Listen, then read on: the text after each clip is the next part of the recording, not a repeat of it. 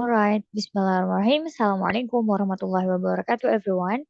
So, kenalin, aku Lentera Bunga. Ini adalah nama samaranku. Jadi, ini adalah video pertamaku.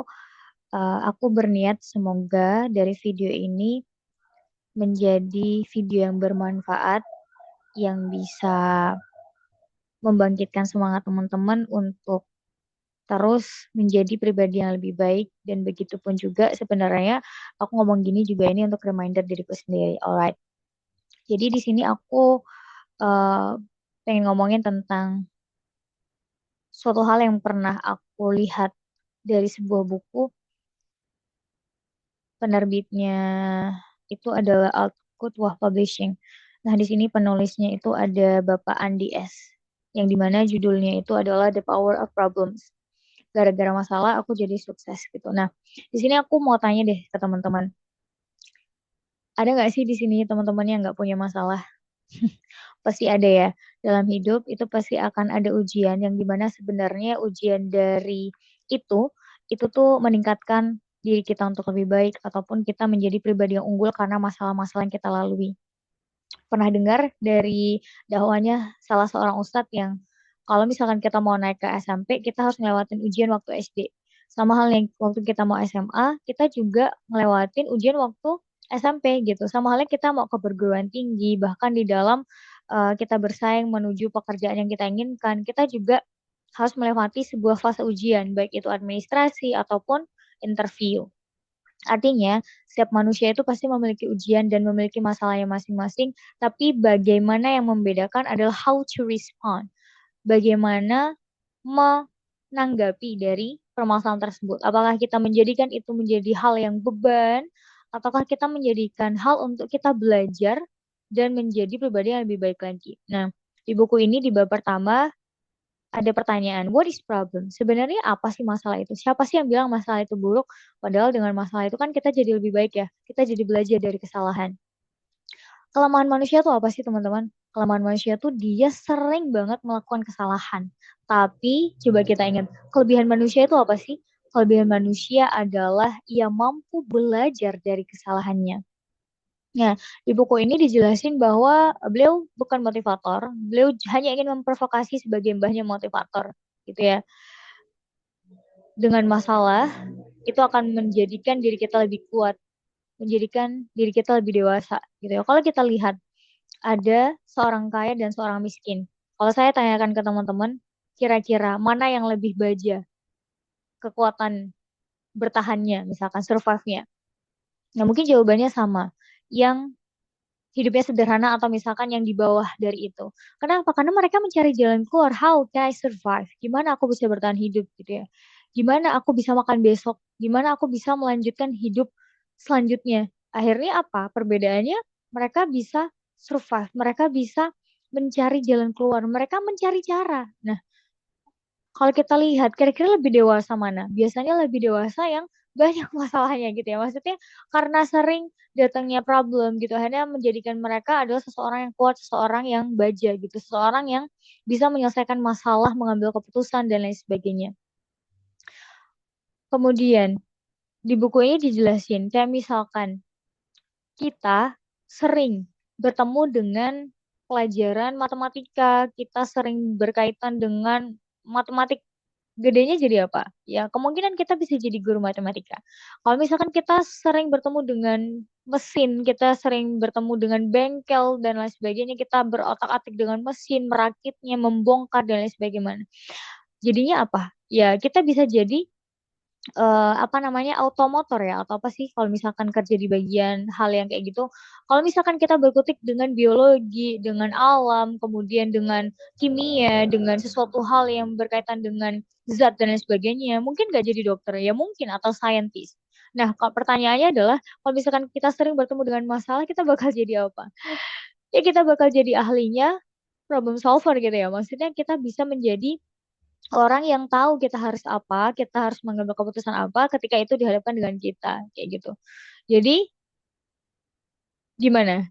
Apakah yaudah kalau gitu banyakin masalah ya artinya adalah ujian atau misalkan masalah yang datang itu sebenarnya hanyalah titik kecil yang besar tidaknya tergantung bagaimana kita meresponnya gitu. Sebenarnya kalau kita lihat, ada nggak sih di kanan kiri kamu, atas, depan, bawah masalah? Nggak ada sebenarnya. Karena masalah itu hanya di bayang-bayang kita. Dan kalau misalkan nih kamu sedih, ya dunia akan berjalan dengan lanjut aja gitu. Nggak ada yang peduli gitu. Maksudnya kayak iya itu hanya dibayang-bayang. Nah, memperbesar atau memperkecil itu tergantung kita. Aku juga pernah dengar kayak gini. Kalau ada masalah besar, kalau bisa dikecilin. Kalau misalkan ada masalah kecil, kalau bisa dihilangin. Jadi artinya adalah masalah atau tidak tergantung reaksi kita. Kalau kita memberikan reaksi terhadap masalah, ya jadilah masalah. Tapi kalau misalkan kita tidak memberikan reaksi itu, ya nggak masalah kan? Contoh gini, misalkan kamu eh berkomunikasi dengan orang yang kamu sayang, misalkan sahabat kamu yang kamu sayang banget. Terus misalkan sahabat kamu nggak bales, kadang pasti ada rasa kayak jengkel gitu ya, kayak kok nggak bales sih, kok sibuk sih, kok sebegitunya gitu. Tapi misal yang nggak bales itu adalah orang yang nggak kenal. Kamu perasaannya gimana? Apakah kamu jengkel? Ya biasa aja, orang nggak kenal. Nah itulah. Jadi kalau aku pernah dengar dari salah seorang tokoh itu kayak rasa kalau nggak salah namanya indiferensiasi atau rasa biasa aja ketika ada sebuah hal yang terjadi. Maksudnya kayak ya udah nggak usah terlalu reaksi yang gimana-gimana gitu. Contohnya kayak tadi, kalau orang yang kamu sayang nggak balas, kamu mungkin kayak, Iko kenapa sih gak dibalas, sibuk ta atau gimana? Kesel gitu. Jangan-jangan misalkan. Tapi ketika misalkan yang nggak balas adalah orang yang nggak kenal ya kayak ya udah biasa aja gitu kan. Kayak gitu. Nah, lanjut. Makanya tadi, siapa sih yang bilang masalah itu buruk? Sebenarnya dari masalah itu tuh menjadikan diri kita menjadi dua pilihan. Apakah kita berdiri tegak, tetap berdiri tegak, atau kita justru lemes? Nah, itu yang akan menentukan. Kalau misalkan cerita Kabayan, ya aku lanjutin dengan cerita Kabayan. Teman-teman pernah nggak sih dengar cerita Kabayan? Nah, jadi cerita Kabayan itu tuh paling suka kalau ada jalan nanjak. Kenapa dia sih paling suka kalau ada jalan menanjak gitu? Karena dia tahu setelah tanjakan tuh ada turunan. Dia tuh paling suka kalau misalkan disuruh beras sama ibunya, dia tuh kayak mampir ke rumah-rumah gitu loh. Dia nggak langsung sampai rumah gitu. Dia paling seneng jalan, kemudian ada jalan menanjak, itu dia paling happy. Karena dia tahu setelah jalan menanjak itu akan ada jalan temurunan gitu ya. Kayak ya sama, ketika kita diuji pasti akan ada solusinya. Kalau misalkan kita pernah dengar, bukan misalkan pernah dengar sih, aku yakin teman-teman pernah dengar di dalam Quran surat Al-Insyirah, inna ma'al usri yusra fa inna ma'al usri yusra gitu ya. Bersama kesulitan itu ada kemudahan. Di sini Allah bilang tuh bersama, bukan setelah ya. Allah bilang tuh bersama kesulitan pasti ada kemudahan, dan Allah tuh nggak akan menguji seorang hamba di luar dari batas kemampuannya. Jadi kalau misalkan ada something bad happen, ada sesuatu yang terjadi dalam hidupmu, itu benar-benar bukan bad bad apa ya, bad bad happen, atau maksudnya kayak sesuatu yang terjadi buruk di kamu itu bukan berarti buruk sebenarnya. Kita nggak tahu aja hikmahnya. Nah, kadang kita tuh tahu hikmahnya setelah, oh ternyata kejadian itu tuh maksudnya untuk aku seperti ini ya, untuk aku lebih kuat ya, untuk aku lebih belajar gitu ya, kayak gitu. Nah, terus di buku yang aku baca ini juga dijelasin tentang sosok bernama Bapak Agus gitu, yang dimana beliau itu berada di keadaan yang sangat-sangat memprihatinkan atau tidak berada gitu ya, tidak punya gitu. Akhirnya memaksa dia untuk survive, memaksa dia untuk bangkit, memaksa dia untuk gimana gitu ya. Maka dari itu, dari masalah itu ternyata hikmahnya adalah, oh aku jadi belajar, oh aku jadi lebih effort. Kalau misalkan nggak dikasih masalah kayak gini, mungkin aku nggak akan seberusaha ini gitu. Dan finally beliau sudah menjadi trainer yang membuka kelas-kelas untuk juga memotivasi para teman-teman yang lainnya yang mungkin pernah pupus harapannya, yang mungkin pernah hampir menyerah gitu ya akan melanjutkan hidup. Nah, beliau luar biasa, dari pengalaman yang beliau dapatkan membuat beliau menjadi sosok yang menjadi inspirator juga kayak gitu.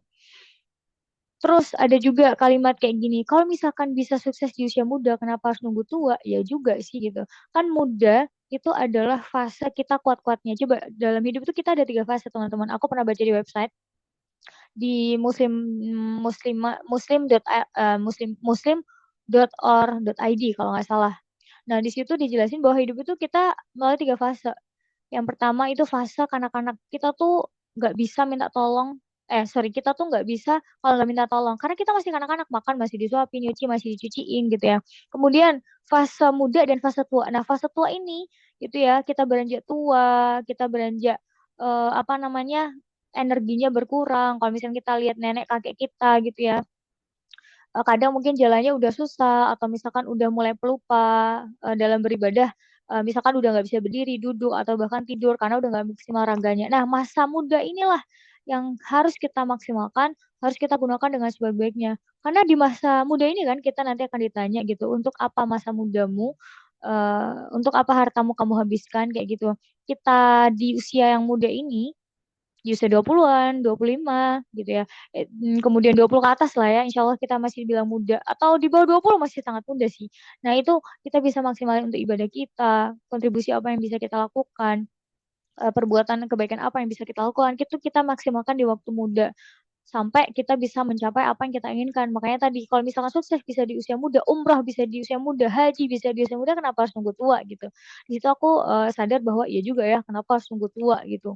Kalau bisa di usia sekarang. Amin ya, semoga teman-teman yang mendengar ini juga bisa kita sama-sama sukses bersama. Terus kalau misalkan ada masalah gitu ya, bisa nggak sih kita copy paste cara orang lain? Ya bisa aja gitu. Misalkan masalah si A gitu, gimana sih caranya? Ya nggak apa-apa gitu. Tapi ingat teman-teman, kalau di buku ini, di buku yang di buku yang aku baca itu dijelasin bahwa sebenarnya masalah yang paling mudah diselesaikan itu adalah dengan cara kita sendiri. Gitu. Dengan cara kita sendiri itu yang paling jitu sebenarnya. Jadi kita tuh bisa ngelihat mungkin problemnya sama, tapi nggak semua masalah bisa diselesaikan dengan cara yang sama. Gitu. Kita nggak bisa copy paste, kita nggak bisa copy paste cara orang dalam menyelesaikan masalahnya gitu. Alangkah baik pakai cara kita sendiri. Kalau misalnya kita butuh bantuan ya that's okay, nggak apa-apa. Kita perlu bantuan gitu. Tapi at least tetap kita yang mengambil keputusan untuk menghadapi masalah itu sendiri kayak gitu ya. Nah, terus juga terkait kalau misalkan ada masalah, tahu gak sih teman-teman, kadang kita tuh lupa, kita tuh menomorsikiankan Allah gitu ya. Alhamdulillah di sini aku juga jelasin di buku aku yang pernah aku publish, teman-teman. Alhamdulillah di situ aku jelasin kayak gini. Tahu gak sih kadang kita tuh kalau misalkan ada masalah, ada ujian, kita tuh menomorsekiankan Allah. Kenapa? Karena kita tuh selalu, bukan selalu ya, mungkin kita cerita sama orang tua kita mungkin cerita sama teman-teman kita. Kalau misalkan udah nggak ada jalan keluar, baru kita ya Allah tolong kebalik guys. Jadi lebih baiknya ya kalau misalkan kita ada problem langsung ke Allah, langsung bilang ya Allah, aku ada ini gitu. Jadi kayak melibatkan Allah dalam segala hal, dari hal yang kecil sampai hal yang besar kayak gitu. Baru kita perantaranya kita minta bantuan orang lain. Sama halnya contoh kita sakit. Kadang kita tuh langsung beli obat, kadang kita tuh langsung kayak ke dokter, ke rumah sakit gitu ya. Kalau udah nggak mempan dokter, baru kita ya Allah, tolong sembuhin kebalik gitu loh. Kita ke Allah dulu, ya Allah aku sakit, semoga misalkan sakit ini menjadi penggugur dosaku, aku ikhtiar pengen sembuh dengan beli obat ini, dengan tanya ke dokter ini. Nah itu gitu, kadang kita tuh lupa, kita tuh ke orang lain dulu, ke kerabat, orang tua, baru kita yang terakhir kalau udah gak mempan Allah kebalik gitu ya. Allah tuh nomor satu dulu gitu.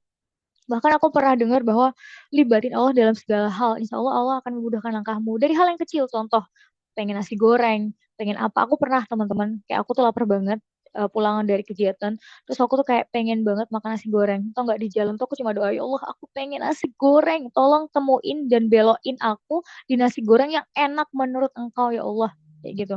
Karena aku nggak tahu udah sekian nasi goreng di pinggir jalan tuh yang enak yang mana. Karena aku pernah beli tuh zong. Karena aku gak ngelibatin Allah ya. Kayak aku nyesel banget udah beli gitu terus rasanya kurang cocok di lidahku. Nah, finally beloklah aku di nasi goreng yang tadi aku udah doain ya Allah semoga aku belok di nasi goreng yang enak banget.